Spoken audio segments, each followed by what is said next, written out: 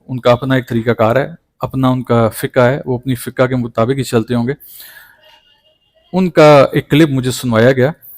اس clip میں وہ ایک صاحب ہیں، ہمارے اینکر پرسن ہیں غالباً ریحان طارق کے نام سے.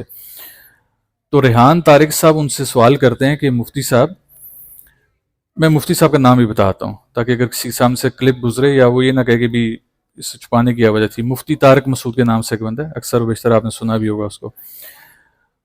تو وہ مفتی طارق مسعود سے پوچھتا ہے وہ اینکر کہ جو سمگلنگ کی کمائی ہے یہ اس کے بارے میں آپ کا کیا خیال ہے؟ آپ لوگوں کا کیا خیال ہے جدھر بیٹھے ہیں؟ حرام ہے یار، چنگے مسلمان اس مفتی کہہ رہے ہیں کہ وہ حلال ہے. ابھی آپ دیکھیں کہ آپ لوگ عام انسان ہیں، آپ کو بھی اللہ نے جو عقل دی آپ اس کے مطابق کہہ رہے ہیں کہ وہ حرام ہے. وہ مفتی کہہ رہا ہے کہ سمگلنگ جو ہے وہ غیر قانونی کام ضرور ہے، لیکن اس سے ہونے والی کمائی جو ہے وہ حلال ہے. اب یہ مولوی صاحب جو ہیں یا مفتی صاحب، یا تو جو سمگلنگ کر رہے ہیں ان کے ساتھ ان کا کوئی تانا بانا ہے، کوئی تعلقات ہوں گے، کوئی معاملات ہوں گے، کوئی ہو سکتا ہے حصہ ہے، کوئی ایسا معاملہ ہو یا بزنس سانجھا ہو. یعنی آپ امت کو کس سائڈ پہ لے کے جا رہے ہیں؟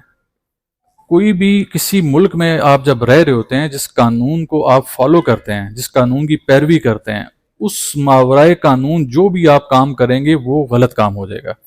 اور غلط کام کبھی حلال نہیں ہوتا. کیوں؟ اس کام کرنے سے معاشرے میں فساد برپا ہوگا، آپ اور حکومت میں تناؤ آ جائے گا، حکومت آپ کے پیچھے بھاگے گی، آپ حکومت سے بھاگیں گے، کہیں نہ کہیں مارا ماری کا عمل ہوگا، اس میں قیمتی جانے کا بھی اندیہ ہوگا، شائبہ موجود ہوگا. تو ایسے کام کو کبھی بھی حلال نہیں کیا جا سکتا. آپ لوگوں نے کہا کہ یہ کام حرام ہے، آپ نے اپنی دانش کے مطابق کہا کیونکہ آپ سنتے آئے کہ سمگلنگ حرام ہے. ایسی بات ہے. میں آپ کو اس کی وجہ بتاتا ہوں جس کے پیچھے لاجک ہے، جو دلیل ہے. اسلام قطعاً ایسا مذہب نہیں ہے کہ وہ آپ لوگوں کو امیر ہوتا نہ دیکھ سکے. اللہ کی ذات نہیں چاہتی کہ اس کا بندہ غریب رہے، اللہ چاہتا ہے کہ اس کا بندہ اچھے حال میں رہے، کھاتا پیتا رہے. تو اگر سمگلنگ سے اچھے پیسے آ رہے ہیں تو پھر اللہ کی ذات کو تو اعتراض نہیں ہونا چاہیے نا معاذ اللہ. پھر تو اللہ کو چاہیے تھا کہ اس کو کھول لیتے یا دیگر اور جو لوگ تھے. لیکن میں آپ کو اس کے بتاتا ہوں، دلیل بتاتا ہوں.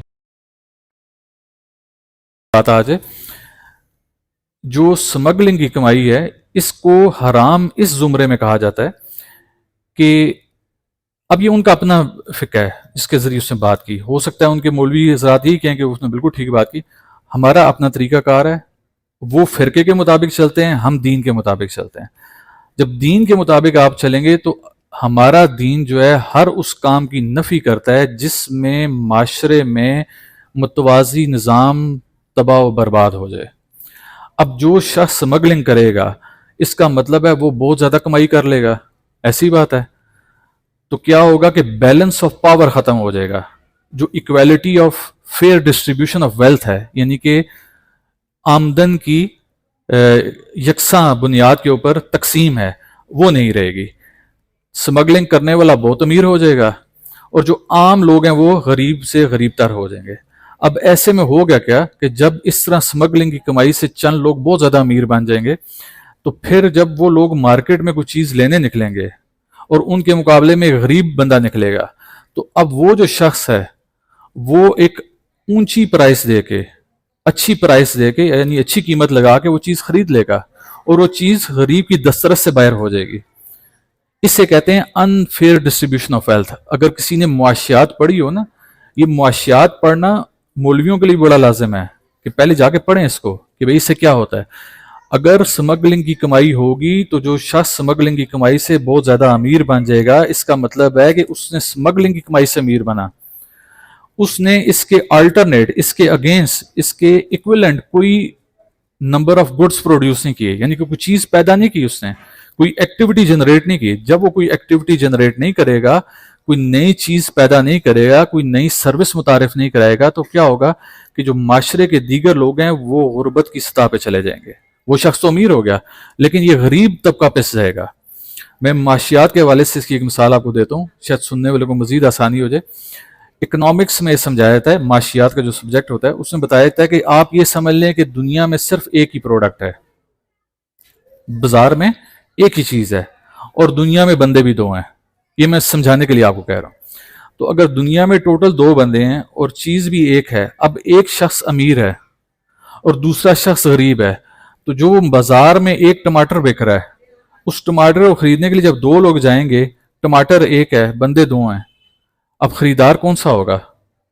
جو امیر ہے، کیونکہ امیر کیا کرے گا، اس 2 روپے کے ٹماٹر کو 10 روپے دے کے خرید لے گا، بیچنے والا بھی اسی کو بیچے گا. تو غریب کی پاور ہی نہیں رہی. اگر وہ شخص سمگلنگ کے پیسوں سے زیادہ پیسہ لے کے آ گیا تو اس نے مارکیٹ سے ٹماٹر تو اس نے اٹھا لیا، غریب بیچارہ کیسے ٹماٹر اٹھائے گا؟ تو اس کا مطلب ہے وہ سطح غربت سے اور نیچے گر جائے گا، اس کی جو ایکسیس ہے، جو ضروریات زندگی ہیں اس تک بھی نہیں رہے گی. تو لہٰذا جو چیز معاشرے میں انفیئر ڈسٹریبیوشن کرے، انفیئر ڈسٹریبیوشن آف ویلتھ، دولت کا غیر متوازی نظام قائم کرے، وہ کبھی اسلام اس کی اجازت آپ کو نہیں دے سکتا. جوا کھیلنے میں ویسے بظاہر کوئی کباہت نظر نہیں آتی. آپ کسی کرکٹ میچ کے اوپر اگر جوا لگا دیں تو اس میں کیا کباہت ہے؟ آپ نے گھر بیٹھے کوئی نقصان تو نہیں کر رہے کسی کا، آپ نے گھر بیٹھے لگا رہے ہیں. لیکن کیا ہوا کہ جو شخص اس جوئے کی رقم کو لے گا وہ اس کے اگینسٹ، اس کے ایکول کوئی چیز جنریٹ نہیں کر رہا، کوئی ایکٹیویٹی میدان میں لے کے نہیں آ رہا. تو جب اس کے پاس پیسہ زیادہ ہو جائے گا تو مارکیٹ میں مہنگائی کا باعث بنے گا.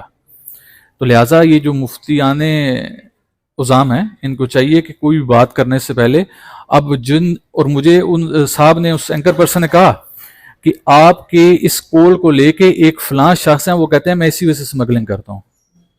کیوں؟ مفتی صاحب نے کہا ہے کہ اسمگلنگ کا کمائی جو ہے وہ حلال ہے.